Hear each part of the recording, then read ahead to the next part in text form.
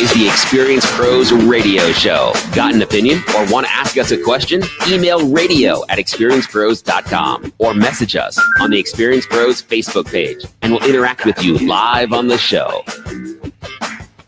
Welcome back to the Experience Pros Radio Show. Hunsberger, Raymer, hanging out with you. Thank you so much for being here. Eric, thanks for being here, man. Oh, I'm so excited to be here. I love it. All right. Hey, listen, this last year, consumers of powerful automobiles have had their hair blown back by an industry that has released cars that have set a half dozen new speed and power records.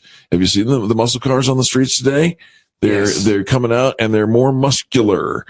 What's all the need for speed about? Well, Elliott Wave International's head of global research, Murray Gunn, contends that the reason for these torqued up machines are making their way to the public is because of its positive mood.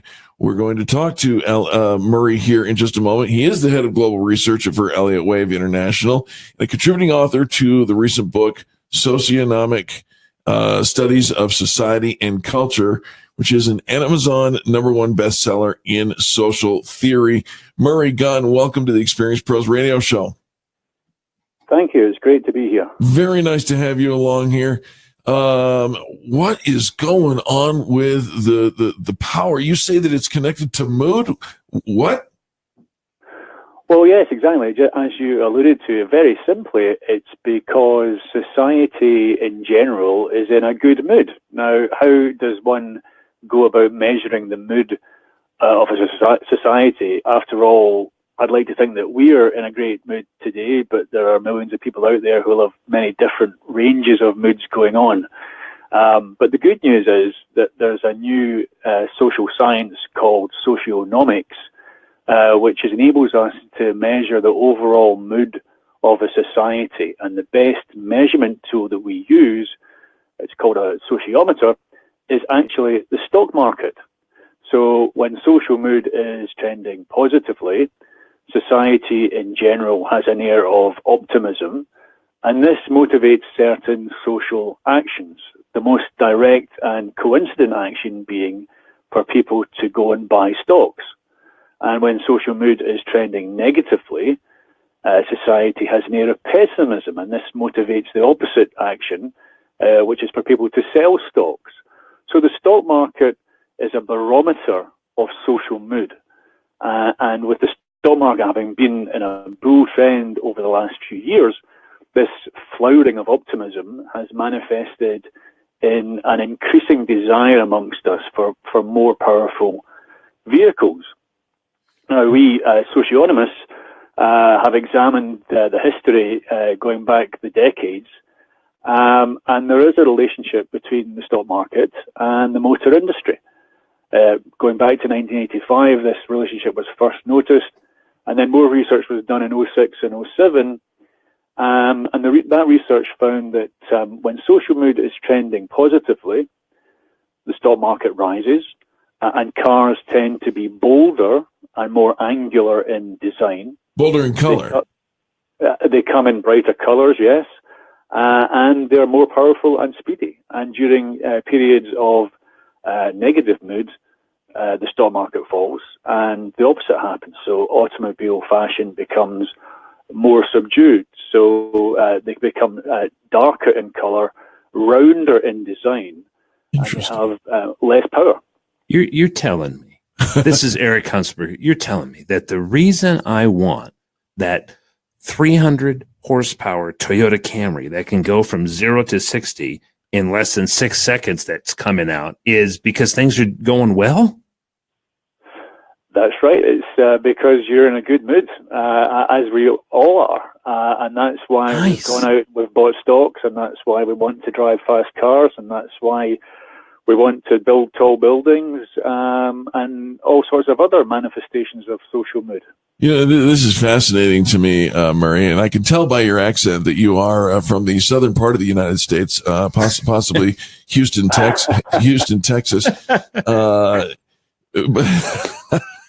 Even trucks are getting in on this. Talk about some of the trucks that are showing up at these auto shows. I got a buddy with a Ford Raptor who says, "You want to see something?" And then he puts his foot in the pedal and throws me to the back seat. Right, yes.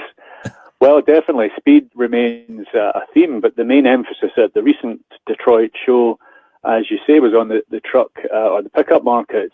And the three most anticipated new products were the Chevy Silverado, the Ram 1500, and the Ford Ranger. So all three of those were big and bold. In the Chevy's case, the Silverado driver sits higher, the cab wheelbase is extended, and the entire length is I think 1.5 inches longer. And the Ram 1500's cabin's bigger, and it's got more power. It can tow, I think, a ton more than the previous model could. So this emphasis on the truck and pickup market is another indication of positive social mood.